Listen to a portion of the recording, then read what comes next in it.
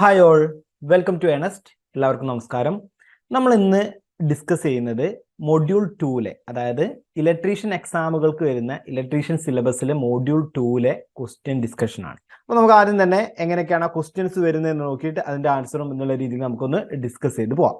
അപ്പോൾ ക്വസ്റ്റ്യൻ നോക്കുന്നതിന്റെ കൂടെ തന്നെ നിങ്ങൾ അതിന്റെ ഒരു ആൻസർ നിങ്ങൾ തന്നെ ഒന്ന് മാർക്ക് ചെയ്ത് പോവാം. അപ്പോൾ നമുക്ക് ഒന്നും കൂടി എന്തൊക്കെയാണ് ഇതിലുള്ള മിസ്റ്റേക്സ്, എന്താ കാര്യങ്ങൾ എന്തൊക്കെയാണ് എന്നുള്ളതും, അതുപോലെ തന്നെ നമുക്ക് ആ ഒരു ക്വസ്റ്റ്യനിൽ എന്തെങ്കിലും ഡൗട്ടോ കാര്യങ്ങളൊക്കെ വരികയാണെന്നുണ്ടെങ്കിൽ അത് നമുക്ക് കൺഫേം ചെയ്ത് പോകാവുന്നതാണ് അല്ലേ. അപ്പോൾ അത് നമുക്ക് എന്ത് ചെയ്യാണ്, ക്വസ്റ്റ്യൻ പറയുന്നതിന്റെ കൂടെ നിങ്ങളും അതിന്റെ ആൻസർ ഒന്ന് മാർക്ക് ചെയ്തിട്ട് പോവാം. അപ്പോൾ നമുക്ക് ആദ്യത്തെ ക്വസ്റ്റ്യൻ നോക്കാം. As per ohm's law the current is. As per ohm's law the current is എന്നാണ് ഒന്നാമത്തെ ക്വസ്റ്റ്യൻ ആയിട്ട് വന്നിട്ടുള്ളത്.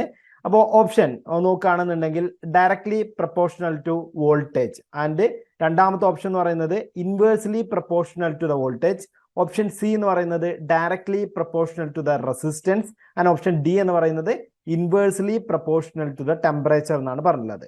അപ്പോൾ ഇവിടെ നമ്മൾ as per ohm's law the current is എന്ന് മാത്രമാണ് നമ്മളോട് ക്വസ്റ്റ്യൻ ചോദിച്ചിട്ടുള്ളത്. അതിലെന്താണ് ഇപ്പോൾ ഓംസ് ലോ കറക്റ്റ് ആയിട്ട് ഫുൾ ആയിട്ട് അറിഞ്ഞു കഴിഞ്ഞാൽ നമുക്ക് ഈ ഒരു ആൻസർ എഴുതാൻ പറ്റുള്ളൂ അല്ലെ. ഓംസ് ലോ ഫുൾ ആയിട്ട് അതിൽ എന്താണ് പറയുന്നത് കറക്റ്റ് ആയിട്ട് അറിഞ്ഞാലേ നമുക്ക് ഈ ഒരു ആൻസർ എഴുതാൻ പറ്റുള്ളൂ.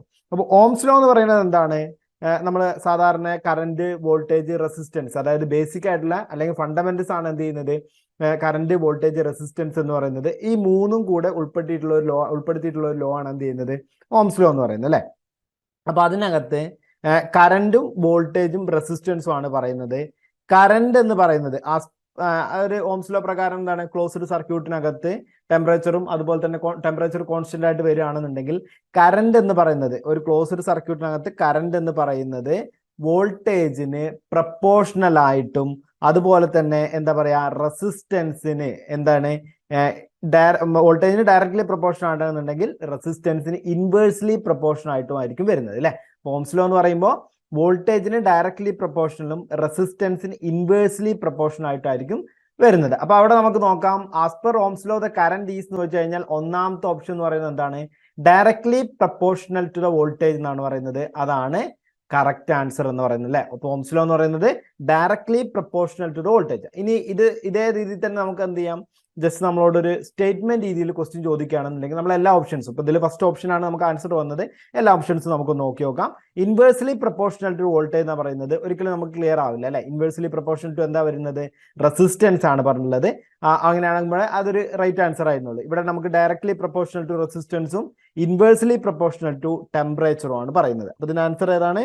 Option A, directly proportional to the voltage ആണ് കറക്റ്റ് ആൻസർ ആയിട്ട് വരുന്നത്. പിന്നെ ഇവിടെ നോക്കി കഴിഞ്ഞാൽ നമ്മൾ പറയാം current is directly proportional to the voltage, I is directly proportional to the voltage, and current is inversely proportional to the resistance അല്ലെ. current is inversely proportional to the resistance. പിന്നെ അതിന് ഡിപ്പെൻഡബിൾ ആയിട്ടുള്ള അല്ലെങ്കിൽ അതിനൊരു കോൺസ്റ്റന്റ് ആയിട്ട് വരേണ്ട എന്താണ്, temperature constant ആയിട്ട് വരണം. ടെമ്പറേച്ചർ കോൺസ്റ്റന്റ് ആകുമ്പോഴാണ് എന്ത് ചെയ്യുന്നത്, ഓംസ് ലോ പറയുന്നത് അല്ലെ. പിന്നെ ഓംസ് ലോ ഡിപ്പെൻഡ് ചെയ്യുന്ന സാധാരണ നമ്മൾ നോക്കുകയാണെന്നുണ്ടെങ്കിൽ എന്ത് ചെയ്യാണ്, റെസിസ്റ്റൻസിലൊക്കെ നമുക്ക് ഓംസ് ലോ ഡിപ്പെൻഡ് ചെയ്ത് വരുന്നതാണ് റെസിസ്റ്റൻസ്. എന്നാൽ ഇലക്ട്രോണിക് കോമ്പോണന്റുകളായ ട്രാൻസിസ്റ്റർ ഡയോഡുകളും നമുക്ക് എന്ത് ചെയ്യാനില്ല, ഓംസ് ലോ അല്ലെങ്കിൽ ഓംസ് ലോ ബാധകമായിട്ട് വരുന്നതല്ല അല്ലെ. അപ്പൊ ഇത്രയും കാര്യങ്ങൾ നമുക്ക് ഓംസ് ലോ എന്ന് വരുന്നതാണ്. ഓംസ് ലോ പ്രകാരം എന്താണ് വരുന്നതെന്നാണ് ക്വസ്റ്റ്യൻ ആയിട്ട് ചോദിച്ചിട്ടുണ്ടായിരുന്നത്. അടുത്ത question, which of the following statement is or are correct about Kirchhoff's law എന്നാണ് ചോദിച്ചിട്ടുള്ളത്. Which of the following statement is or are correct about Kirchhoff's law എന്നാണ് ചോദിച്ചിട്ടുള്ളത്. The sum of incoming current at a junction is equal to the sum of outgoing current from that junction. അതാണ് ഒന്നാമത്തെ statement എന്ന് പറയുന്നത്. രണ്ടാമത്തെ statement, the sum of voltage drop in a closed circuit is equal to the voltage applied to the circuit. രണ്ടാമത്തെ statement എന്ന് പറയുന്നത്. മൂന്നാമത്തത്, current flowing through a closed resistive circuit is always equal to the voltage applied to the circuit എന്നാണ് പറഞ്ഞിട്ടുള്ളത്. അപ്പൊ ഇങ്ങനെ മൂന്ന് statement നമ്മൾ തന്നിട്ടുണ്ട്. ഇനി അതിൽ ചോദിച്ചിട്ടുള്ള എന്താണ്, ഏതാണ് ഇതിൽ കറക്റ്റ് ആയിട്ടുള്ള അല്ലെങ്കിൽ കറക്റ്റ് ആയിട്ടുള്ള സ്റ്റേറ്റ്മെന്റ് എന്നാണ് ക്വസ്റ്റ്യൻ അല്ലെ. ഏതാണ് ഇതിൽ കറക്റ്റ് ആയിട്ടുള്ള സ്റ്റേറ്റ്മെന്റ് എന്നാണ് ക്വസ്റ്റ്യൻ. അപ്പൊ ഇവിടെ നമുക്ക് നോക്കാം. ഒന്നാമത്തെ സ്റ്റേറ്റ്മെന്റ് എന്താണ്, the sum of incoming current at a junction is equal to sum of outgoing current from that junction എന്നാണ് പറഞ്ഞിട്ടുള്ളത്. അപ്പൊ ഒന്നാമത്തെ ഓപ്ഷൻ അല്ലെ, the sum of incoming current at junction is equal to sum of outgoing current from that junction. അതന്നെയല്ലേ നമ്മളെ കിർച്ചോഫിന്റെ KCL, Kirchhoff current law പ്രകാരം പറയുന്നത് അല്ലെ. Kirchhoff current law പ്രകാരം പറയുന്നത് എന്താണ്, the sum of incoming current at a junction is equal to sum of outgoing current from that junction. അപ്പൊ ക്രിച്ചോഫിലെ KCL, Kirchhoff current law പ്രകാരം എന്താണ് അങ്ങനെ പറയുന്നത്? ഒരു ജംഗ്ഷനിലേക്കുള്ള കറന്റ്, ഒരു ജംഗ്ഷനിലേക്ക് 3-4 കറന്റ് ഒഴുകുന്നുണ്ടെന്നുണ്ടെങ്കിൽ അതിലുള്ള സം എടുത്തു കഴിഞ്ഞാൽ അതെന്തായിരിക്കും? അതിലേക്ക് ഇൻകമിംഗ് കറന്റും ഔട്ട് ഗോയിങ് കറന്റും തമ്മിലുള്ള സമ്മ്, അല്ലെങ്കിൽ ഇൻകമിംഗ് കറന്റിന്റെ സമ്മും ഔട്ട് ഗോയിങ് കറന്റിന്റെ സമ്മും ഈക്വൽ ആയിരിക്കും. അല്ലെങ്കിൽ ഇൻകമിംഗ് കറന്റും ഔട്ട് ഗോയിങ് കറന്റും കൂടി ആഡ് ചെയ്ത് അതിന്റെ ഒരു ഓൾജിബ്രിക് സം എടുത്ത് നോക്കുകയാണെങ്കിൽ എന്തായിരിക്കും? അത് 0 ആയിരിക്കും എന്നാണ് പറയുന്നത്. അപ്പൊ ഒന്നാമത്തെ സ്റ്റേറ്റ്മെന്റ് എന്ന് പറയുന്നത് എന്താണ്? കറക്റ്റ് സ്റ്റേറ്റ്മെന്റ് ആണ് അല്ലെ. ഇനി നമുക്ക് നോക്കാം രണ്ടാമത്തെ statement. The sum of voltage drop in a closed circuit is equal to the voltage applied to the circuit എന്നാണ് പറയുന്നത്. അതായത് സം ഓഫ് വോൾട്ടേജ് ഡ്രോപ്സ് ഒരു സർക്യൂട്ടിലുള്ള വോൾട്ടേജ് ഡ്രോപ്സിന്റെ എല്ലാം സം എടുത്തു കഴിഞ്ഞാൽ ആ സർക്യൂട്ടിലേക്ക് അപ്ലൈ ചെയ്യുന്ന വോൾട്ടേജിന്റെ ഈക്വൽ ആയിരിക്കും എന്നാണ് പറയുന്നത്. വോൾട്ടേജ് ഡ്രോപ്സ് എല്ലാം നോക്കിക്കഴിഞ്ഞാൽ എത്ര വോൾട്ടേജ് ആണ് കൊടുക്കുന്നത്? അപ്പോൾ 5 വോൾട്ടേജ് ആണ് കൊടുക്കുന്നതെന്നുണ്ടെങ്കിൽ 5 വോൾട്ടേജ് അവിടെ ഡ്രോപ്പ് ആയിട്ട് പോകുന്നുണ്ടായിരിക്കും എന്നാണ് എന്ത് ചെയ്യുന്നത്? അല്ലെങ്കിൽ 5 വോൾട്ടേജ് തന്നെ ആയിരിക്കും ഡ്രോപ്പ് ആയി പോകുന്നത്. പല രീതിയിലാണ് ഡ്രോപ്പ് ആയി പോകുന്നത്. 5 വോൾട്ടേജ് തന്നെ ആയിരിക്കും എന്നാണ് പറയുന്നത്. അപ്പൊ അതും എന്താണ്? ഒരു കറക്റ്റ് സ്റ്റേറ്റ്മെന്റ് ആണ്. അതാണ് KVL, കിർച്ചോഫ് വോൾട്ടേജ് ലോ പ്രകാരം പറയുന്നത് അല്ലെ. കിർച്ചോഫ് വോൾട്ടേജ് ലോ പ്രകാരം പറയുന്നത്. അപ്പൊ കിർച്ചോഫ് കറന്റ് ലോ ആയി, കിർച്ചോഫ് വോൾട്ടേജ് ലോ ആയി. ഇനി നമുക്ക് നോക്കാനുള്ളത് മൂന്നാമത്തെ സ്റ്റേറ്റ്മെന്റ് ആണ്. Current flowing through a closed resistive circuit is always equal to the voltage applied to the circuit എന്നാണ് പറയുന്നത്. അതായത് കറന്റ് ഫ്ലോ ചെയ്യുന്നത് എപ്പോഴും എന്തായിരിക്കും? ആ വോൾട്ടേജിന് ഈക്വൽ ആയിരിക്കും എന്നാണ് പറയുന്നത്. അതൊരിക്കലും നമ്മളെ കിർച്ചോഫ് ലോ പ്രകാരം പറയുന്നതല്ല, അല്ലെങ്കിൽ നമുക്കൊരു ലോ പ്രകാരമല്ല current is equal to voltage എന്ന് പറയുന്നില്ല. അതുകൊണ്ട് തന്നെ ആ ലോ എന്ന് പറയുന്നത് എന്താണ്? ഒരു ഇൻകറക്റ്റ് അല്ലെങ്കിൽ ആ ഒരു സ്റ്റേറ്റ്മെന്റ് എന്ന് പറയുന്നത് എന്താണ്? ഒരു ഇൻകറക്റ്റ് സ്റ്റേറ്റ്മെന്റ് ആണ് അല്ലെ. ഇൻകറക്റ്റ് സ്റ്റേറ്റ്മെന്റ് ആണ്. അപ്പൊ ഇവിടെ ക്വസ്റ്റ്യൻ ചോദിച്ചുള്ളത് ആർ കറക്റ്റ് എന്നാണ് ചോദിച്ചുള്ളത്. ഏതൊക്കെയാണ് കറക്റ്റ് സ്റ്റേറ്റ്മെന്റ് എന്നാണ്. ഇനി ഓപ്ഷൻ നോക്കാം. ഓപ്ഷൻ എ എന്ന് പറയുന്നത് 1 and 2 ഓൺലി, ഓപ്ഷൻ ബി എന്ന് പറയുന്നത് 2 and 3 ഓൺലി, സി എന്ന് പറയുന്നത് 1 and 2 only, all of the പോകുന്ന ഉണ്ട് അല്ലേ. അപ്പോൾ ഓപ്ഷൻ എ എന്ന് പറയുന്നത് 1 and 3 ആണ്, ഓപ്ഷൻ സി എന്ന് പറയുന്നത് 1 and 2 ആണ്. അപ്പൊ നമുക്കിവിടെ കിട്ടിയാൽ 1ഉം 2 എന്താണ്? കറക്റ്റ് സ്റ്റേറ്റ്മെന്റ് ആണ്. അപ്പൊ നമ്മൾ റൈറ്റ് ആൻസർ ഏതാണ്? ഓപ്ഷൻ സി 1 and 2 ഓൺലി എന്നുള്ളതാണ് എന്ത് ചെയ്യുന്നത്? കറക്റ്റ് ആൻസർ എന്ന് പറയുന്നത് അല്ലെ. ഓപ്ഷൻ സി 1 and 2 ഓൺലി ആണ് എന്ത് ചെയ്യുന്നത്? കറക്റ്റ് ആൻസർ എന്ന് പറയുന്നത്. അപ്പൊ കിർച്ചോഫ് 2 ലോ ആണ് എന്ത് ചെയ്യുന്നത്? കിർച്ചോഫ് ലോ പ്രകാരം പറയുന്നത്. കിർച്ചോഫ് ഫസ്റ്റ് ലോ അല്ലെങ്കിൽ Kirchhoff current law, KCL or junction rule എന്ന് പറയുന്നതും at each junction of current the sum of incoming current is equal to the sum of outgoing current എന്നാണ് എന്ത്? Kirchhoff first law അല്ലെങ്കിൽ KCL പ്രകാരം പറയുന്നത് അല്ലെ. Kirchhoff current law പ്രകാരം പറയുന്നത്. ഇനി കിർച്ചോഫ് സെക്കൻഡ് ലോ അല്ലെങ്കിൽ കിർച്ചോഫ് വോൾട്ടേജ് ലോ അല്ലെങ്കിൽ മെഷ് റൂൾ പ്രകാരം പറയുന്നത് in a closed circuit applied terminal voltage is equal to the sum of voltage drops എന്നാണ് പറയുന്നത് അല്ലെ. അതായത് ഒരു ക്ലോസ്ഡ് സർക്യൂട്ട് എടുക്കുകയാണെന്നുണ്ടെങ്കിൽ അതിലേക്ക് അപ്ലൈ ചെയ്യുന്ന വോൾട്ടേജ് എത്രയാണോ അതിന് ഈക്വൽ ആയിരിക്കും അവിടെ ഉണ്ടാവുന്ന വോൾട്ടേജ് ഡ്രോപ്പ് എന്നാണ് പറയുന്നത്. അപ്പൊ ഇത് രണ്ടുമാണ് എന്ത് ചെയ്യുന്നത്? ഫസ്റ്റ് ലോ പ്രകാരവും സെക്കൻഡ് ലോ പ്രകാരവും പറയുന്നത്. അപ്പൊ കിർച്ചോഫ് ലോ പ്രകാരം പറയുന്ന ഏതാണെന്ന് ചോദിച്ചു കഴിഞ്ഞാൽ ആദ്യത്തെ 2 നമുക്ക് ഇത് കറക്റ്റ് ആൻസർ. മൂന്നാമത്തെ ലോ കിർച്ചോഫ് ലോയിൽ വരുന്നതല്ല. 2 ലോ ആണ് കിർച്ചോഫ് ലോ പ്രകാരം ഉള്ളത്. കറന്റ് ലോ എന്നും വോൾട്ടേജ് ലോ എന്നും അല്ലെങ്കിൽ ജംഗ്ഷൻ റൂൾ, മെഷ് റൂൾ എന്നൊക്കെയാണ് ഇത് അറിയപ്പെടുന്നത്. ഫസ്റ്റ് ലോ, സെക്കൻഡ് ലോ എന്ന പേരിലും അറിയപ്പെടുന്നുണ്ട്. ഇനി അടുത്തത്, if 10 numbers of resistors 200 ohm resistors are connected in parallel across 12 volt supply, DC supply, what will be the effective resistance appeared across the supply എന്നാണ് ചോദിച്ചിട്ടുള്ളത്. അവിടെ നമുക്ക് ഓപ്ഷൻസ് ആയിട്ടുള്ളത് എ 2000 ohm, ബി എന്ന് പറയുന്നത് 166.6 ohm, 16.6 ohm ആൻഡ് 20 ohm അല്ലെ. അങ്ങനെയാണ് നമ്മൾ ഓപ്ഷൻസ് ആയിട്ട് തന്നിട്ടുള്ളത്. അപ്പൊ ഇവിടെ ക്വസ്റ്റ്യൻ എന്താണ്? 10-200 ohmന്റെ റെസിസ്റ്ററുകൾ നമ്മൾ പാരലൽ ആയിട്ട് കണക്ട് ചെയ്തു അല്ലെ. പാരലൽ ആയിട്ടാണ് കണക്ട് ചെയ്തത്. അപ്പൊ ഇങ്ങനെ പാരലൽ ആയിട്ട് 10-200 ohmന്റെ റെസിസ്റ്ററുകൾ നമ്മൾ കണക്ട് ചെയ്ത 10 numbers of 200 ohms resistors connect ചെയ്ത് കഴിഞ്ഞാൽ അവിടെ നമ്മൾ നോക്കുകയാണെങ്കിൽ നമുക്കൊരു എക്സാമ്പിൾ ഇവിടെ പറയാം. ഞാനൊരു 3 റെസിസ്റ്ററുകൾ പാരലൽ ആയിട്ട് കണക്ട് ചെയ്തു. ഓരോ റെസിസ്റ്ററുകളും 1 ohm പ്രകാരം അല്ലെങ്കിൽ ഒരു 3 ohm പ്രകാരമാണുള്ളത്. 3 ohm പ്രകാരമാണുള്ളത്. അങ്ങനെയാണെന്നുണ്ടെങ്കിൽ നമ്മൾ പാരലലി കണക്ട് ചെയ്യുമ്പോൾ അവിടെ നമ്മൾ പറയുന്ന കാര്യം എന്താണ്? ഏറ്റവും ചെറിയ റെസിസ്റ്റർ എത്രയാണോ അതിലേറെ ചെറിയ വാല്യൂ ആയിരിക്കും നമുക്ക് റെസിസ്റ്റൻസ് വാല്യൂ ആയിട്ട് കിട്ടുന്നതാണ് അല്ലെ. പാരലലി കണക്ട് ചെയ്യുമ്പോൾ അങ്ങനെയാണല്ലോ പറയുന്നത്. ഏറ്റവും ചെറിയ റെസിസ്റ്റൻസ് വാല്യൂ ഏതാണോ അതിലേറെ ചെറിയ വാല്യൂ ആയിരിക്കും കിട്ടുന്നത്. അപ്പൊ ഇവിടെ നമ്മൾ നോക്കുകയാണെന്നുണ്ടെങ്കിൽ നമ്മൾ കാൽക്കുലേറ്റ് ചെയ്യാൻ വേണ്ടിയിട്ട് 1/3 അല്ലെ, 1/R ഇക്വാലന്റ് എന്ന് പറഞ്ഞാൽ 1/3 + 1/3 + 1/3 എന്നല്ല എടുക്കാം. 1/3 + 1/3 + 1/3 എന്ന് എടുക്കുമ്പോൾ നമുക്ക് അവിടെ ടോട്ടൽ എന്ത് ചെയ്യും? 3 + 3 എന്ന് കിട്ടും അല്ലെ. 3 + 3 എന്ന് കിട്ടും. ഇത് നമ്മൾ എന്ത് ചെയ്യണം? ഇത് 1/R ഇക്വാലന്റ് ആണ് കിട്ടുന്നത്. R ഇക്വാലന്റ് കണ്ടുപിടിക്കാൻ വേണ്ടിയിട്ട് നമ്മൾ നേരെ തിരിച്ചിടും. അതായത് 3/3 തന്നെയാണ് അവിടെ വരിക. അപ്പൊ അവിടെ നമുക്ക് നോക്കേണ്ടത് ഇവിടെ നമ്മൾ എന്ത് ചെയ്തു? എത്രയാണോ റെസിസ്റ്റൻസിന്റെ വാല്യൂ ഡിവൈഡഡ് ബൈ എത്ര നമ്പർ ഉണ്ട് എന്ന് ചെയ്ത് കഴിഞ്ഞാൽ നമുക്ക് പാരലൽ ഈക്വൽ റെസിസ്റ്റേഴ്സ് ആണെന്നുണ്ടെങ്കിൽ പാരലലി ഈക്വൽ റെസിസ്റ്റേഴ്സ് ആണ് കണക്ട് ചെയ്യുന്നുണ്ടെങ്കിൽ ആ ടോട്ടൽ റെസിസ്റ്റൻസിന്റെ വാല്യൂ നമുക്ക് കണ്ടുപിടിക്കാം. അപ്പൊ ഇവിടെ ടോട്ടൽ റെസിസ്റ്റൻസ് എത്രയാണ്, അല്ലെങ്കിൽ സോറി ഒരു റെസിസ്റ്ററിന്റെ വാല്യൂ എത്രയാണുള്ളത്, 200 ഓം ആണുള്ളത്. എത്ര റെസിസ്റ്ററുകളാണ് നമ്മളവിടെ കണക്ട് ചെയ്യുന്നത്, 10 നമ്പേഴ്സ് ഓഫ് റെസിസ്റ്റേഴ്സ് ആണ് കണക്ട് ചെയ്യുന്നത്. അപ്പൊ എത്ര കിട്ടാം, 200 ഡിവൈഡഡ് ബൈ 10 എന്ന് ചെയ്യും. 0 ക്യാൻസൽ ചെയ്ത് പോയി കഴിഞ്ഞാൽ 20 ഓം എന്നാണ് നമുക്ക് ആൻസർ കിട്ടുന്നത്. 20 ഓം ആയിരിക്കും നമുക്ക് ആൻസർ ആയിട്ട് കിട്ടുന്നത്. അപ്പൊ ഓപ്ഷൻ ഏതാണ് നമ്മൾ കറക്റ്റ് ആൻസർ എന്ന് പറയുന്നത്, ഓപ്ഷൻ ഡി 20 ഓം ആണ് നമ്മളെ കറക്റ്റ് ആൻസർ എന്ന് പറയുന്നത്. ഇനി ഇവയെല്ലാം പാരലൽ മാറ്റിയിട്ട് സീരീസ് ആയിട്ട് കണക്ട് ചെയ്തു. അതായത് 200 ഓമിന്റെ റെസിസ്റ്ററുകൾ 10 എണ്ണം സീരീസ് ആയിട്ട് കണക്ട് ചെയ്തു. അപ്പൊ സീരീസ് ആയിട്ട് കണക്ട് ചെയ്യുമ്പോൾ എങ്ങനെ ചെയ്യാം, അത് ആഡ് ചെയ്ത് പോവാ അല്ലെ. അതായത് 200 പ്ലസ് 200 പ്ലസ് എന്ന് പറഞ്ഞിട്ട് അങ്ങനെ നമ്മൾ എന്ത് ചെയ്യണം, ആഡ് ചെയ്ത് പോവാണ് ചെയ്യാം സീരീസ് ആയിട്ട് കണക്ട് ചെയ്യുമ്പോൾ. അപ്പൊ ഇവിടെ നമ്മൾ എന്ത് ചെയ്താൽ മതി, 10 എണ്ണം സീരീസ് ആയിട്ടാണ് കണക്ട് ചെയ്യുന്നത് എന്ന് പറഞ്ഞു കഴിഞ്ഞാൽ ജസ്റ്റ് മൾട്ടിപ്ലൈ ചെയ്യുക. എത്ര 10 കൊണ്ട് മൾട്ടിപ്ലൈ ചെയ്യാം. അപ്പൊ എത്ര കിട്ടുക, 2000 ഓം ആയിരിക്കും കിട്ടുക അല്ലെ. 2000 ഓം ആയിരിക്കും നമുക്ക് ആൻസർ ആയിട്ട് കിട്ടുക. അപ്പൊ ഇതെന്താണ്, സീരീസ് ആയിട്ട് കണക്ട് ചെയ്യുമ്പോൾ നമുക്ക് 2000 ഓം ആയിരിക്കും എന്ത് ചെയ്യുന്നത്, ആൻസർ ആയിട്ട് കിട്ടുന്നത്. അത് പാരലൽ ആയിട്ടാണ് നമ്മളോട് പറഞ്ഞത്. അപ്പൊ സീരീസിന്റെ പ്രത്യേകത എന്താണ്, അതിലെ ഏറ്റവും വലിയ റെസിസ്റ്റർ എത്രയാണോ അതിന്റെ മേലെയുള്ള വാല്യൂ ആയിരിക്കും നമുക്ക് എന്ത് ചെയ്യുന്നത്, ആൻസർ ആയിട്ട് കിട്ടുന്നത്. അപ്പൊ ഇവിടെ നമുക്ക് പാരലൽ ആവുന്നതുകൊണ്ട് ഓപ്ഷൻ ഡി ആണ് കറക്റ്റ് ആൻസർ എന്ന് പറയുന്നത്.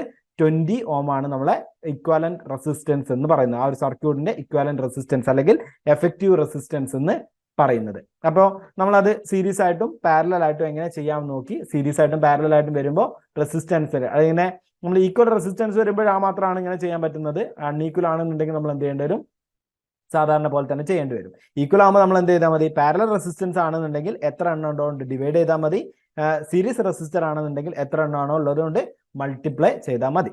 അടുത്തെന്താണ്, what will be the current flowing through each resistors when a 100 ohm and 50 ohm resistors are connected in series across 300 volt DC supply.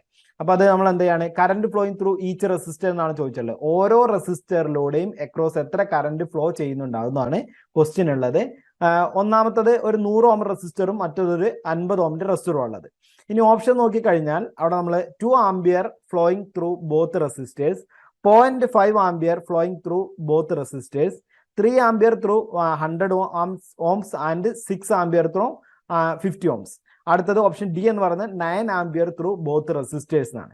അപ്പൊ നമ്മൾ സീരീസ് ആയിട്ടാണ് അല്ലെ, സീരീസ് ആയിട്ട് 2 റെസിസ്റ്ററുകളാണുള്ളത്. ഒന്ന് ഏതാണ്, ഒരു 100 ഓമും ഒന്ന് 50 ഓമും. അപ്പൊ ഇങ്ങനെ നമ്മൾ കണക്ട് ചെയ്യുമ്പോൾ ഒരു 50 അതൊരു 100 പിന്നെ എന്താ ഉള്ളത് ഒരു 50 ഓം ആണല്ലോ അല്ലെ.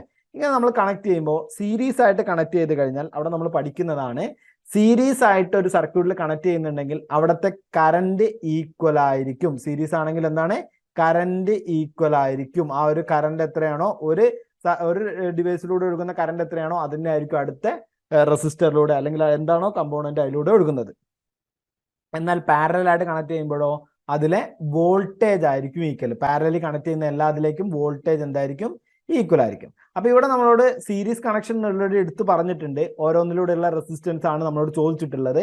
അപ്പൊ നമുക്ക് ഈ ഒരു ഓപ്ഷൻ നോക്കുകയാണെന്നുണ്ടെങ്കിൽ അതിൽ മൂന്നാമത്തെ ഓപ്ഷൻ നമുക്ക് ഒഴിവാക്കാം. കാരണം എന്താണ്, അതിൽ ഒന്നില് ഒരു കറണ്ടും രണ്ടാമത്തേൽ വേറൊരു കറണ്ടും ആണ് പറഞ്ഞിട്ടുള്ളത്. അങ്ങനെ നമുക്ക് നോക്കേണ്ട ആവശ്യമില്ല. സീരീസ് കണക്ഷൻ ആവുകൊണ്ട് അവിടെ ടോട്ടൽ ഒരൊറ്റ കറന്റ് ആയിരിക്കും എന്ത് ചെയ്യുന്നത്, എല്ലാ റെസിസ്റ്ററിലൂടെയും ഫ്ലോ ചെയ്യുന്നുണ്ടായിരിക്കാം.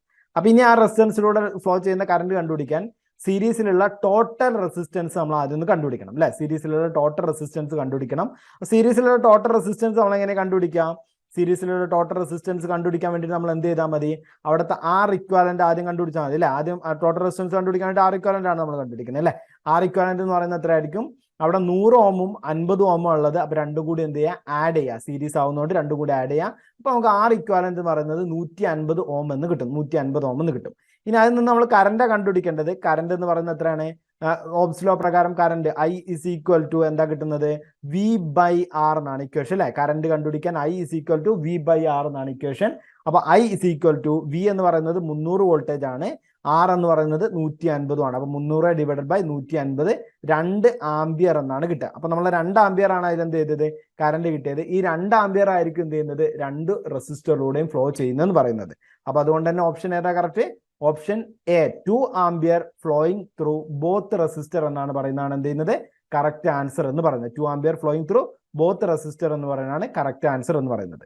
അടുത്ത question, which of the following law states that the resistance of a wire is directly proportional to its length and inversely proportional to area of cross section at constant resistivity of the material of the wire എന്നാണ് പറഞ്ഞിട്ടുള്ളത്.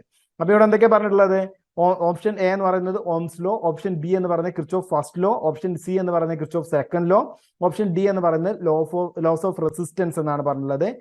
Question ഇതാണ്, which of the following law states that the resistance of the wire is directly proportional to its length and inversely proportional to area of cross section at constant resistivity of the material of the wire എന്നാണ് പറഞ്ഞത്. അപ്പൊ എന്താണ് ആദ്യം പറയുന്നത്? Law state that resistance of wire അല്ലെ R is directly proportional to length and R is inversely proportional to area of cross section എന്നാണ് പറഞ്ഞിട്ടുള്ളത്. Area of cross section എന്നാണ് പറയുന്നത് അല്ലെ. അപ്പൊ ഇത് പറയുന്നത് എന്താണ് ശരിക്ക്? ഓംസ് ലോ ആണോ, ക്രിച്ച്ഹോഫ് ഫസ്റ്റ് ലോ ആണോ, ക്രിച്ച്ഹോഫ് സെക്കൻഡ് ലോ ആണോ, ലോസ് ഓഫ് റെസിസ്റ്റൻസ്? അപ്പൊ നമ്മൾ ഈ 3 ലോയും ABC എന്ന് പറയുന്ന 3 ലോ നമ്മൾ എന്താണെന്നുള്ള ഓൾറെഡി പറഞ്ഞു കഴിഞ്ഞു. 4ാമത്തെ ലോയിൽ വരുന്നതാണ് എന്ത് ചെയ്യുന്നത്? R is directly proportional to, അതായത് resistance is directly proportional to length എന്ന് പറയുന്നതും resistance is inversely proportional to area of cross section എന്ന് പറയുന്നതും. അപ്പൊ എന്താണ് ഈ ഒരു ആൻസർ പ്രകാരം, ഈ ഒരു ക്വസ്റ്റ്യൻ പ്രകാരം ആൻസർ എന്ന് പറയുന്നത് ലോസ് ഓഫ് റെസിസ്റ്റൻസ് എന്നാണ് അല്ലെ. ലോസ് ഓഫ് റെസിസ്റ്റൻസ് എന്നാണ്. അപ്പൊ ലോസ് ഓഫ് റെസിസ്റ്റൻസിൽ ഇതാണ് പറയുന്നത്, the resistance of the conductor varies directly with its ലെങ്ത്തിന് ഡയറക്ട്ലി പ്രൊപ്പോർഷൻ ആയിരിക്കും റെസിസ്റ്റൻസ് എന്ന് പറയുന്നത്.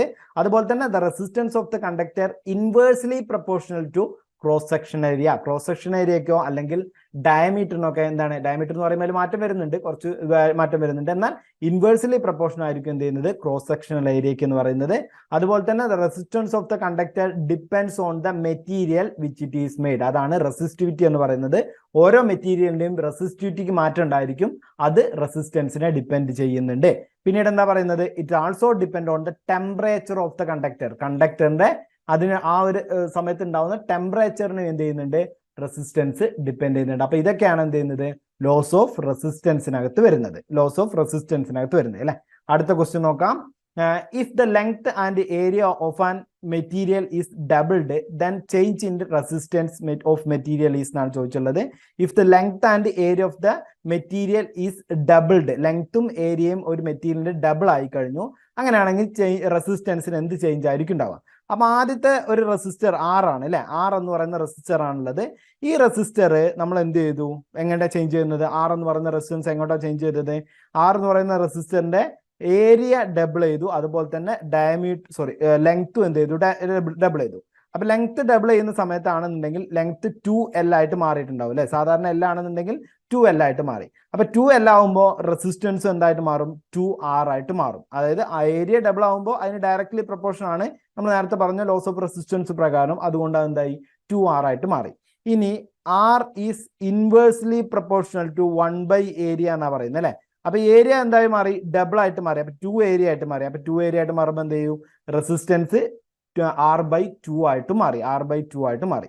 അപ്പൊ ഇവിടെ 2 മാറ്റം വന്നു. ഒന്ന് റെസിസ്റ്റൻസ് ഡബിൾ ആയിട്ട് മാറി, ഒന്നാമത്തെ എന്ത് ചെയ്തു? റെസിസ്റ്റൻസ് പകുതിയായിട്ട് കുറയും ചെയ്തു അല്ലെ. പകുതിയായിട്ട് കുറയും ചെയ്തു. അപ്പൊ ഇങ്ങനെ 2 മാറ്റങ്ങൾ അവിടെ സംഭവിച്ചത് കൊണ്ട് തന്നെ ഇതിന്റെ ഒരു ലാസ്റ്റ് വാല്യൂ നമുക്ക് നോക്കുകയാണെന്നുണ്ടെങ്കിൽ, ഇതിലൊരു വാല്യൂ നോക്കുകയാണെന്നുണ്ടെങ്കിൽ ഈ 2 ക്യാൻസൽ ആയി പോയി നമുക്ക് അവിടെ പിന്നെ കിട്ടുന്നത് എന്തായിരിക്കും? അവിടെ നമുക്ക് കിട്ടുന്ന വാല്യൂ എന്തായിരിക്കും? ആ ഒരു വാല്യൂവിൽ എന്തായിരിക്കും കിട്ടുന്നത്? സെയിം വാല്യൂ അല്ലെ. അവിടുത്തെ R തന്നെ ആയിരിക്കും നമുക്ക് എന്ത് ചെയ്യുന്നത്? ആൻസർ ആയിട്ട് കിട്ടുന്നത്. R തന്നെ ആയിരിക്കും നമുക്ക് എന്ത് ചെയ്യുന്നത്? ആൻസർ ആയിട്ട് കിട്ടുന്നത്. അപ്പൊ നമുക്കിവിടെ ഓപ്ഷൻ നോക്കാം.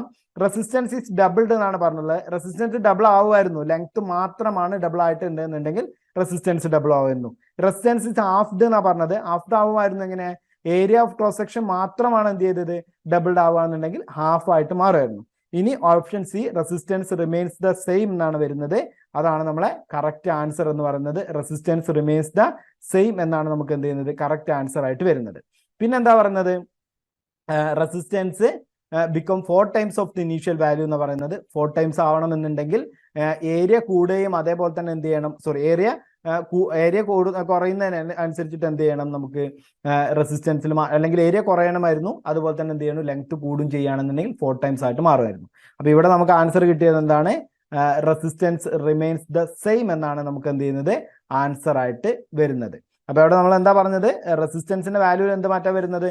ഇത് ഇങ്ങനെ വരുന്നില്ല കേട്ടോ. ഇങ്ങനെ ഈ എഴുതിയത് മാറ്റം വരും. അതായത് 2R ഡിവൈഡഡ് ബൈ 2 എന്നേ വരുള്ളൂ കേട്ടോ. 2R ഡിവൈഡ് ബൈ 2, കാരണം ഒരേ R തന്നെയല്ല നമ്മൾ ഉപയോഗിക്കുന്നുള്ളൂ, 2 R ഉപയോഗിക്കുന്നില്ലല്ലോ.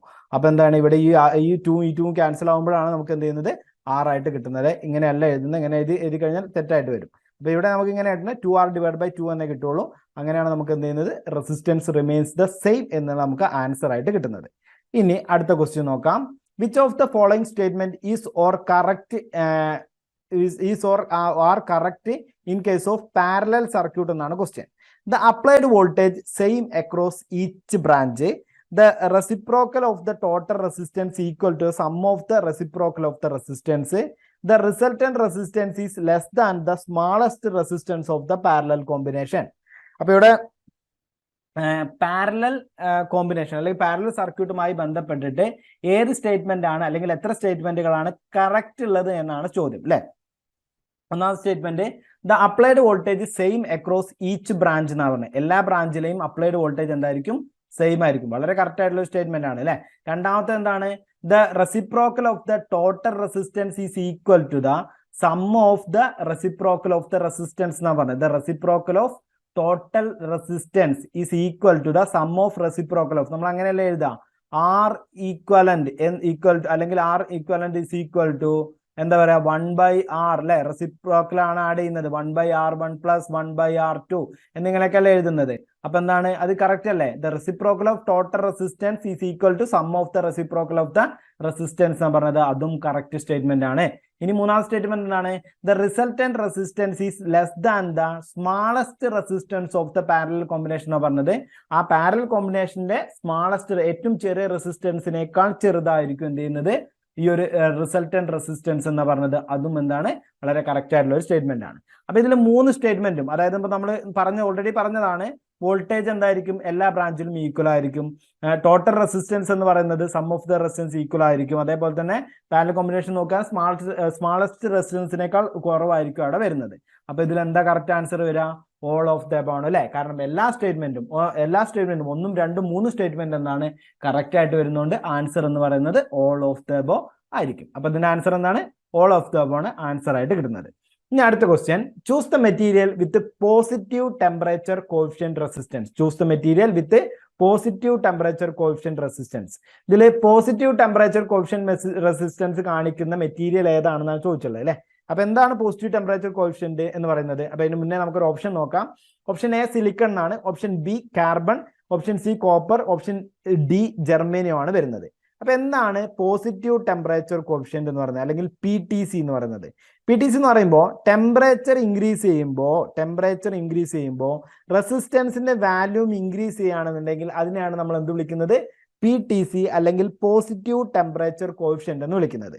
ഇനി അടുത്തത് NTC ആണുള്ളത്, നെഗറ്റീവ് ടെമ്പറേച്ചർ കോഎഫിഷ്യന്റ് അല്ലെ. നെഗറ്റീവ് ടെമ്പറേച്ചർ കോഎഫിഷ്യന്റ് എന്ന് പറഞ്ഞു കഴിഞ്ഞാൽ ടെമ്പറേച്ചർ ഇൻക്രീസ് ചെയ്യുമ്പോൾ റെസിസ്റ്റൻസിന്റെ വാല്യൂ ഡിക്രീസ് ചെയ്യുകയാണെന്നുണ്ടെങ്കിൽ അതിനെ നെഗറ്റീവ് ടെമ്പറേച്ചർ കോഎഫിഷ്യന്റ് എന്നാണ് വിളിക്കുന്നത്. ഇനി ഒന്നും കൂടി ഉണ്ട്, ZTC എന്ന് പറയും, അതായത് സീറോ ടെമ്പറേച്ചർ കോഎഫിഷ്യന്റ് എന്ന് പറയുന്നത്, അതായത് ടെമ്പറേച്ചർ ഇൻക്രീസ് ചെയ്യുമ്പോഴോ ടെമ്പറേച്ചറിന്റെ ഇതിനനുസരിച്ച് റെസിസ്റ്റൻസിന് ഒരു മാറ്റം സംഭവിക്കുന്നില്ല, അല്ലെങ്കിൽ വളരെ നെഗ്ലിജിബിൾ ആയിട്ടുള്ള ചേഞ്ച് മാത്രമാണ് സംഭവിക്കുന്നത് എന്നുണ്ടെങ്കിൽ അതിനെ നമ്മൾ വിളിക്കുന്നത് ZTC എന്നാണ്, സീറോ ടെമ്പറേച്ചർ കോഎഫിഷ്യന്റ് എന്നാണ് വിളിക്കുന്നത്. ഇനി അതിന്റെ ഓപ്ഷൻസ് നോക്കുകയാണെന്നുണ്ടെങ്കിൽ PTCയുടെ ഓപ്ഷൻ അല്ലെങ്കിൽ എക്സാമ്പിൾ പറയുകയാണെങ്കിൽ പ്യുവർ മെറ്റൽസ് എല്ലാം എന്താണ്, PTC ആണ്. ഏതൊക്കെയാണ്, പോസിറ്റീവ് ടെമ്പറേച്ചർ കോഎഫിഷ്യന്റ് ആണ്. ഇനി ഇവിടെ നോക്കിയാൽ മതി, സിലിക്കൺ ഒരു സെമി കണ്ടക്ടർ ആണ്, അത് NTCക്ക് എക്സാമ്പിൾ ആണ് കേട്ടോ, നെഗറ്റീവ് ടെമ്പറേച്ചർ കോഎഫിഷ്യന്റിന് എക്സാമ്പിൾ ആണ്. കാർബൺ എന്ന് പറയുന്നത് ഒരു സെമി കണ്ടക്ടർ മെറ്റീരിയൽസിൽ വരുന്നതാണ്, അതും NTCക്ക് എക്സാമ്പിൾ ആയിട്ട് വരുന്നതാണ്. ഇനി കാർബൺ എന്ന് പറയുന്നതും NTCക്ക് എക്സാമ്പിൾ ആയിട്ട് വരുന്നതാണ്. കോപ്പർ എന്ന് പറയുന്നത് ഒരു പ്യുവർ മെറ്റൽ ആണ്, അതുകൊണ്ട് തന്നെ പോസിറ്റീവ് ടെമ്പറേച്ചർ കോഎഫിഷ്യന്റ് എക്സാമ്പിൾ ആയിട്ട് വരുന്നതാണ്. ജെർമേനിയം എന്ന് പറയുന്നതും ഒരു സെമി കണ്ടക്ടർ ആണ്, NTCക്ക് എക്സാമ്പിൾ ആയിട്ട് വരുന്നതാണ്. അപ്പൊ ഇതിന്റെ ആൻസർ ഏതാ വരുന്നത്, PTCയുടെ എക്സാമ്പിൾ അല്ല ചോദിച്ചത്, ഇത് ഏത് മെറ്റീരിയൽ ആ PTC പോസിറ്റീവ് ടെമ്പറേച്ചർ കോഎഫിഷ്യന്റ് വരുന്നതാണ് ചോദിച്ചിട്ടുള്ളത്. അപ്പൊ ഏത് ആൻസർ വരുന്നത്, ഓപ്ഷൻ സി കോപ്പർ ആണ് ആൻസർ ആയിട്ട് വരുന്നത്. ഇനി ഇവിടെ നോക്കാം, ടെമ്പറേച്ചർ കോഎഫിഷ്യന്റ് റെസിസ്റ്റൻസിൽ പോസിറ്റീവ് ആയിട്ട് വരുന്നത് കോപ്പർ, അലുമിനിയം, സിൽവർ തുടങ്ങിയൊക്കെയാണ് എന്ത് പോസിറ്റീവ് ടെമ്പറേച്ചർ കോഎഫിഷ്യന്റ് കാണിക്കുന്നവ. സീറോ ടെമ്പറേച്ചർ കോഎഫിഷ്യന്റ് കാണിക്കുന്നതാണ് മാംഗനീൻ, യൂറേക്ക ആൻഡ് കോൺസ്റ്റന്റൈൻ എന്ന് പറയുന്ന മെറ്റീരിയൽസ് ഒക്കെ സീറോ ടെമ്പറേച്ചർ കോഎഫിഷ്യന്റ്, അതായത് ടെമ്പറേച്ചർ കൂടുന്തോറും വലിയ ചേഞ്ച് ഒന്നും റെസിസ്റ്ററിൽ വരുന്നില്ല എന്നുള്ള മെറ്റീരിയൽസ് ആണ് സീറോ ടെമ്പറേച്ചർ കോഫിഷ്യന്റ് എന്ന് പറയുന്നത്. നെഗറ്റീവ് ടെമ്പറേച്ചർ കോഫിഷ്യന്റ് കാണിക്കുന്നതാണ് സെമി കണ്ടക്ടർ മെറ്റീരിയൽസ്, അതായത് കാർബൺ, സിലിക്കൺ, ജെർമേനിയം തുടങ്ങിയ മെറ്റീരിയൽസ് ഒക്കെ നെഗറ്റീവ് ടെമ്പറേച്ചർ കോഫിഷ്യന്റ് കാണിക്കുന്ന മെറ്റീരിയൽസ് ആണ്. അടുത്ത ക്വസ്റ്റ്യൻ നോക്കാം.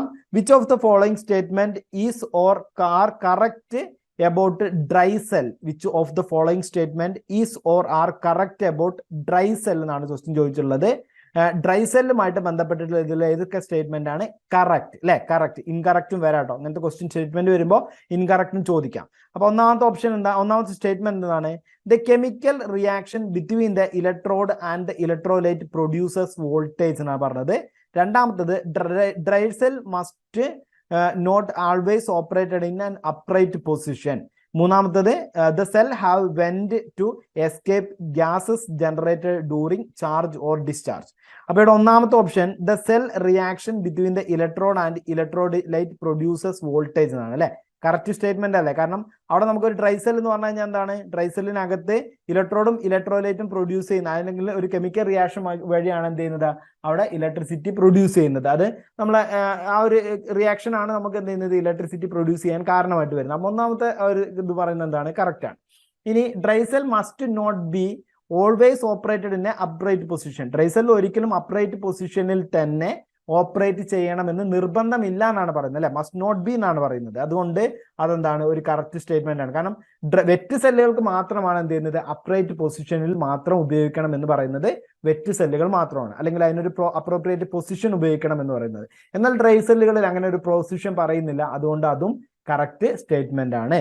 മൂന്നാമത്തത് the cell have vent to escape gases generated during charge or discharge. Charge or discharge ചെയ്യുമ്പോൾ അതിലൊരു വെന്റുകൾ കൊടുത്തിട്ടുണ്ട്. എന്തിനു വേണ്ടിയിട്ടാണ്? ഗ്യാസസ് ഔട്ട് ചെയ്യുന്നതിന് വേണ്ടിയിട്ട് എന്നാണ് പറയുന്നത്. അതൊരു കറക്റ്റ് സ്റ്റേറ്റ്മെന്റ് അല്ല, ഇൻകറക്റ്റ് സ്റ്റേറ്റ്മെന്റ് ആണ്. കാരണം അത് നമ്മൾ വെറ്റ് സെല്ലുകളിലാണ് എന്ത് ചെയ്യുന്നത്? ഇങ്ങനെ വെന്റ് ഹോളുകൾ നമ്മൾ കൊടുക്കുന്നത്. ആ ഗ്യാസസ് ഔട്ട് ചെയ്യുന്നതിന് വേണ്ടിയിട്ട് വെന്റ് ഹോളുകൾ കൊടുക്കുന്നത് വെറ്റ് സെല്ലിനാണ്. നമ്മളിപ്പോ നമ്മളെ ലെഡ് ആസിഡ് സെല്ലൊക്കെ എക്സാമ്പിൾ ആയിട്ട് പഠിക്കുന്ന സമയത്ത് പഠിക്കുകയാണ്. അവിടെ വെന്റ് ഹോളുകൾ, വെന്റ് പ്ലഗ് ഒക്കെ ഉപയോഗിക്കുന്നുണ്ട്. അത് ഗ്യാസസ് ഔട്ട് ചെയ്യാൻ വേണ്ടിയിട്ട്, ഫ്രീ ആയിട്ടുള്ള ഒരു ഔട്ട് ചെയ്യാൻ വേണ്ടിയിട്ടാണ് ഇത് ഗ്യാസസിനൊക്കെ ഫ്രീ ആയിട്ട് ഫ്ലോ ചെയ്യാൻ വേണ്ടിയിട്ടാണ് നമ്മൾ അങ്ങനെ വെന്റ് ഹോളുകൾ കൊടുക്കുന്നത്. അപ്പൊ ഇതിൽ ആൻസർ 1ഉം 2ഉം സ്റ്റേറ്റ്മെന്റ് ആണ് കറക്റ്റ് സ്റ്റേറ്റ്മെന്റ് എന്ന് പറയുന്നത്. അപ്പൊ നമ്മൾ ഓപ്ഷൻ ഏതായിരിക്കും? 1 and 2 ഓൺലി ആണ് ഫസ്റ്റ് ഓപ്ഷൻ. രണ്ടാമത്തെ ഓപ്ഷൻ 1 and 3 ആണ്. മൂന്നാമത്തെ ഓപ്ഷൻ 2 and 3 ആണ്. നാലാമത്തെ option all of the above ആണ് അല്ലെ? അപ്പൊ നമ്മൾ കറക്റ്റ് ആൻസർ ഏതാണ്? ഓപ്ഷൻ എ 1 and 2 ഓൺലി ആണ് എന്ത് ചെയ്യുന്നത്? കറക്റ്റ് ആൻസർ എന്ന് പറയുന്നത്. അടുത്ത question the bending of electrode in a lead acid cell due to overcharging is known as. അതായത് ഓവർ ചാർജിങ് കാരണം ഇലക്ട്രോഡ് ബെൻഡിങ് വരുന്നുണ്ട് എന്നുണ്ടെങ്കിൽ അത് ഏത് ടൈപ്പ്, അല്ലെങ്കിൽ ഏത് ടൈപ്പ് ഡിഫക്റ്റ് ആണെന്നാണ് പറയുന്നത് കേട്ടോ. അത് എന്തുകൊണ്ടാണെന്നാണ് ക്വസ്റ്റ്യൻ, അല്ലെങ്കിൽ ഏത് ടൈപ്പ് ആണെന്നാണ് പറയുന്നത്, അല്ലെങ്കിൽ ആ ഒരു ബെൻഡിങ്ങിനെ വിളിക്കുന്ന പേരെന്താണ് എന്നാണ് ക്വസ്റ്റ്യൻ. അപ്പൊ ഇവിടെ ഓപ്ഷൻ ആണ് വന്നിട്ടുള്ളത് പോളറൈസേഷൻ. പോളറൈസേഷൻ എന്ന് പറയുന്നത് നമ്മളെ ഒരു ടൈപ്പ് ഓഫ് ഡിഫക്റ്റ് തന്നെയാണ്. അതുപോലെ തന്നെ Plante plate, Faure plate, buckling. Plante plate എന്ന് പറയുന്നതും ഫൊറേ പ്ലേറ്റ് എന്ന് പറയുന്നതും എന്താണ്? രണ്ടും നെഗറ്റീവ് പോസിറ്റീവ് പ്ലേറ്റുകളാണ്. ആദ്യത്തേത് പ്ലാന്റേ എന്ന് പറയുന്നത് പോസിറ്റീവ് ടൈപ്പ് പ്ലേറ്റ് ആണ്. ഫൊറേ എന്ന് പറയുന്നത് നെഗറ്റീവ് ടൈപ്പ് പ്ലേറ്റ് ആണ്. അപ്പൊ ഇത് രണ്ടും പ്ലേറ്റുകളാണ് വരുന്നത്. അതുകൊണ്ട് രണ്ടും ഡിഫക്റ്റ് അല്ല പറയുന്നത്. പോളറൈസേഷൻ എന്ന് പറയുന്നത് ഡിഫക്റ്റ് ആണ്, പക്ഷെ ബെൻഡിങ് ഡിഫക്റ്റ് അല്ല പോളറൈസേഷൻ എന്ന് പറയുന്നത്. അപ്പൊ ഇവിടെ ബെൻഡിങ് വരുന്ന കാരണം, അതായത് ആ ഒരു പ്ലേറ്റുകൾക്ക് ഉണ്ടാവുന്ന ബെൻഡിങ്ങിന് കാരണമായിട്ട്, അല്ലെങ്കിൽ ആ ബെൻഡിങ് എന്ന് പറയുന്ന ഡിഫക്റ്റ് ഏതാണ് പറയുന്നത്? ബക്ലിംഗ് എന്നാണ് പറയുന്നത്. ഓവർ ചാർജിങ് കാരണം ഉണ്ടാവുന്ന ബെൻഡിങ്ങിനെ പറയുന്ന പേരാണെന്ത്? ബക്ലിംഗ് എന്ന് പറയുന്നത്. അപ്പൊ ഓപ്ഷൻ ഡി ആണ് എന്ത് ചെയ്യുന്നത്? കറക്റ്റ് ആൻസർ എന്ന് പറയുന്നത് ബക്ലിംഗ് ആണ് അതിന്റെ കറക്റ്റ് ആൻസർ വരുന്നത് കേട്ടോ. ബക്ലിംഗ് ആണ് കറക്റ്റ് ആൻസർ. അപ്പൊ ഇവിടെ പ്രധാനമായിട്ടും ഇങ്ങനെ സെക്കൻഡറി സെല്ലുകൾക്ക് വരുന്ന 3 ഡിഫക്റ്റുകളാണ് ഹാർഡ് സൾഫേഷനും, ബക്ലിംഗും, പാർഷ്യൽ ഷോട്ടും. അത് പ്രൈമറി സെല്ലിന് വരുന്ന ഒരു ഡിഫക്റ്റ് ആണ് പോളറൈസേഷനും അതുപോലെ തന്നെ ലോക്കൽ ആക്ഷൻ എന്നൊക്കെ പറയുന്നത്. ഇവിടെ നമ്മൾ ഡിഫക്റ്റ് ഹാർഡ് സൾഫേഷൻ എന്ന് പറഞ്ഞാൽ എന്താണ്? ആ ഒരു സെല്ലിൽ ഉണ്ടാവുന്ന ഓവർ ഡിസ്ചാർജിങ് കാരണം എന്താണ്? സൾഫർ കോട്ടിങ് സെല്ലിന്റെ ഇലക്ട്രോഡുകൾ അടിഞ്ഞിട്ട് അതിന്റെ ഇന്റേണൽ റെസിസ്റ്റൻസ് കൂടുന്നതിനെയാണ് നമ്മൾ എന്ത് വിളിക്കുന്നത്? ഹാർഡ് സൾഫേഷൻ എന്ന് പറയുന്നത്. 2 ഇലക്ട്രോഡിലും സൾഫേഷൻ നടക്കുന്നതിനാണ് ഹാർഡ് സൾഫേഷൻ, അല്ലെങ്കിൽ സൾഫർ കോട്ടിങ് വരുന്നതിനാണ് ഹാർഡ് സൾഫേഷൻ. അപ്പൊ ഇനി ഇന്റേണൽ റെസിസ്റ്റൻസ് കൂടാണ്. ആ ഡിഫക്റ്റിനാണ് നമ്മൾ ഹാർഡ് സൾഫേഷൻ എന്ന് പറയുന്നത്. പിന്നെ ഉള്ളത് ബക്ലിംഗ് ആണ്. ബക്ലിംഗ് എന്ന് പറഞ്ഞു കഴിഞ്ഞാൽ നമ്മൾ ഓൾറെഡി പറഞ്ഞു കഴിഞ്ഞു, ഓവർ ചാർജിങ്ങോ അല്ലെങ്കിൽ ഓവർ ഡിസ്ചാർജിങ്ങോ ഒക്കെ കാരണം അല്ലെങ്കിൽ ഇംപ്രോപ്പർ ആയിട്ടുള്ള ഇലക്ട്രോലൈറ്റോ അല്ലെങ്കിൽ ഇംപ്രോപ്പർ ടെമ്പറേച്ചറിലൊക്കെയാണ് ഉപയോഗിക്കുന്നതെന്ന് കാരണം അവിടെ ഉണ്ടാവുന്ന ആ ഒരു പ്ലേറ്റിന് ഉണ്ടാവുന്ന ബെൻഡിങ്ങിനെയാണ് നമ്മൾ എന്ത് വിളിക്കുന്നത്, ബക്ലിംഗ് എന്ന് വിളിക്കുന്നത്.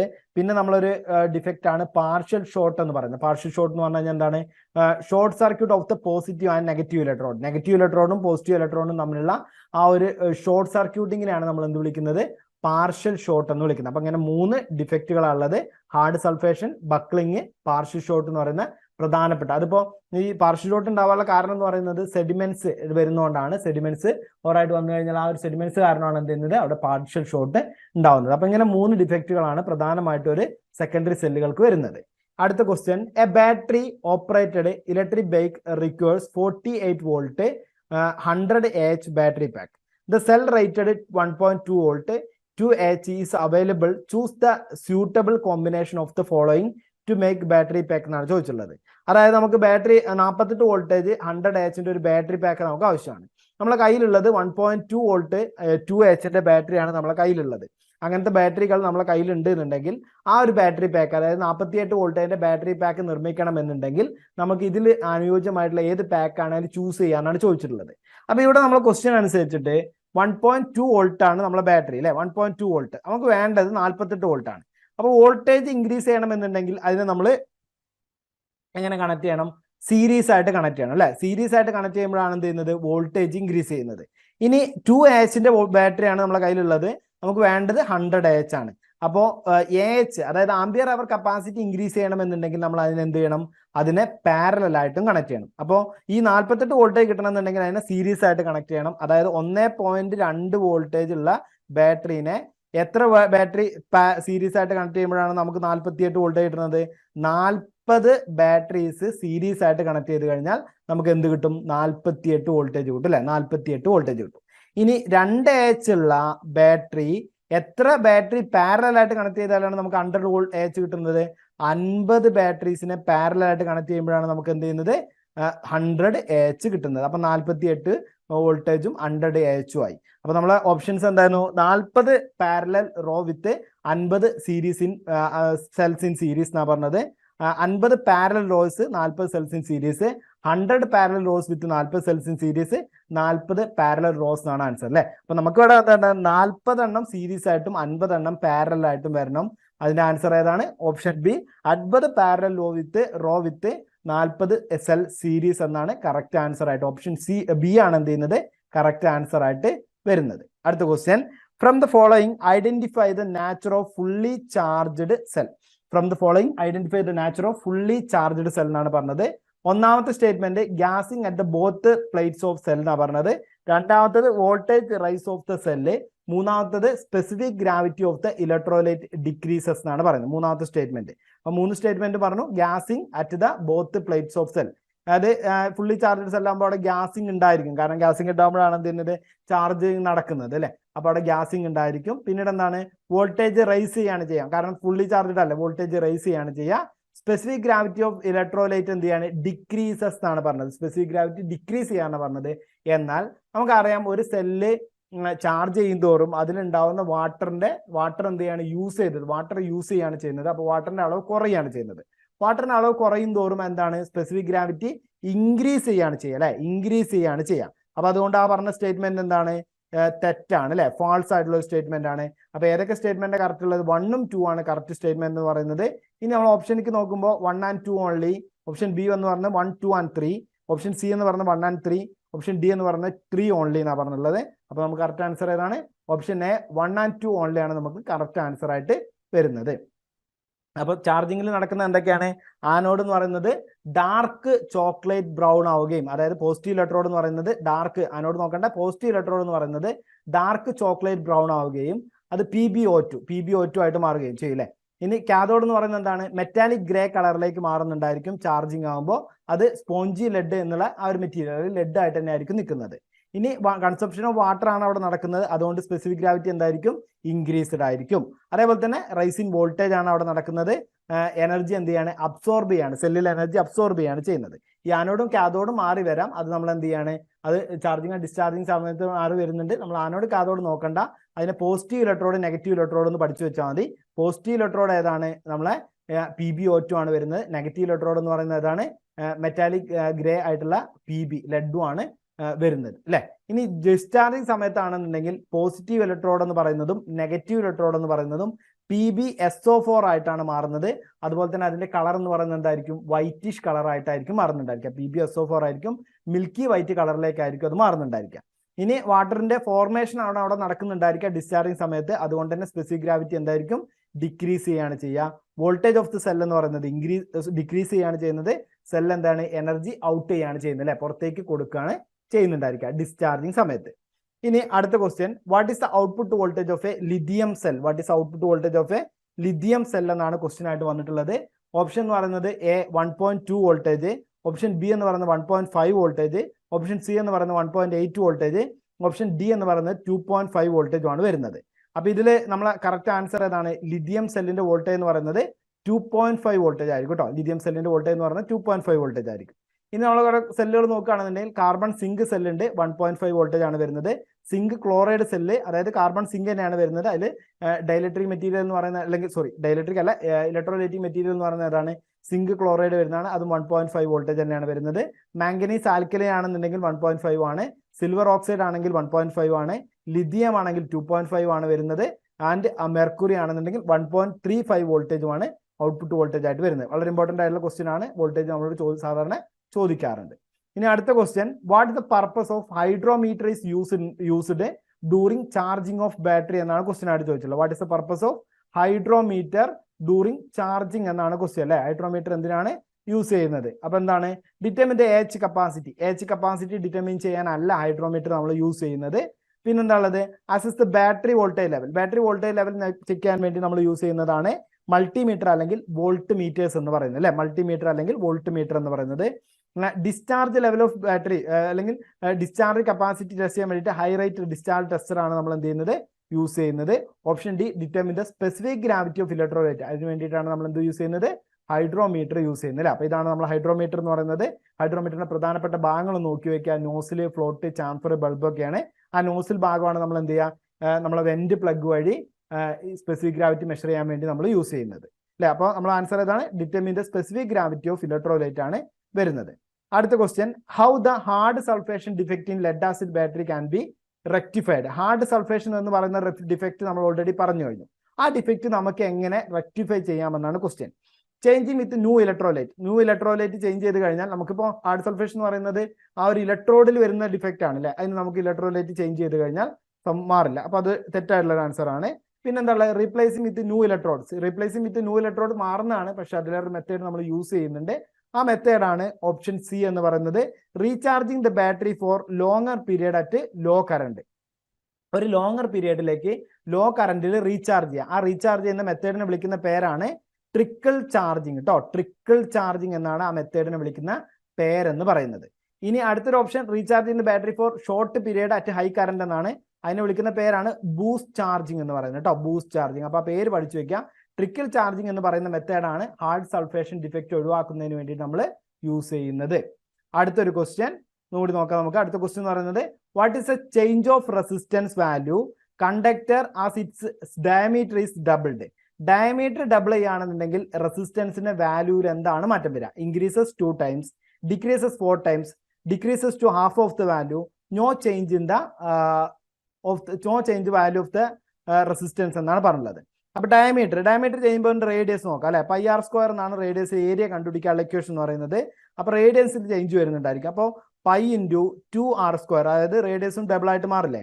അപ്പൊ 2r² വന്നു, അതാണ് ഏരിയ എന്ന് പറയുന്നത്. അപ്പൊ 4πr² ആയിട്ട് ഏരിയ മാറുന്നു. 4πr² എന്ന് പറയുമ്പോൾ ഏരിയ 4 മടങ്ങായിട്ട് ഇൻക്രീസ് ചെയ്യാണ് ചെയ്യുന്നത് അല്ലെ. 4 മടങ്ങായിട്ട് ഏരിയയിൽ മാറ്റം വരുന്നു. 4 മടങ്ങായിട്ട് ഏരിയയിൽ മാറ്റം വരുമ്പോൾ റെസിസ്റ്റൻസ് എന്താണ്? ഇൻവേഴ്സ്ലി പ്രൊപ്പോർഷണൽ ടു ഏരിയ അല്ലേ വരുന്നത്. അപ്പൊ ഇവിടെ എന്താ സംഭവിക്കുക?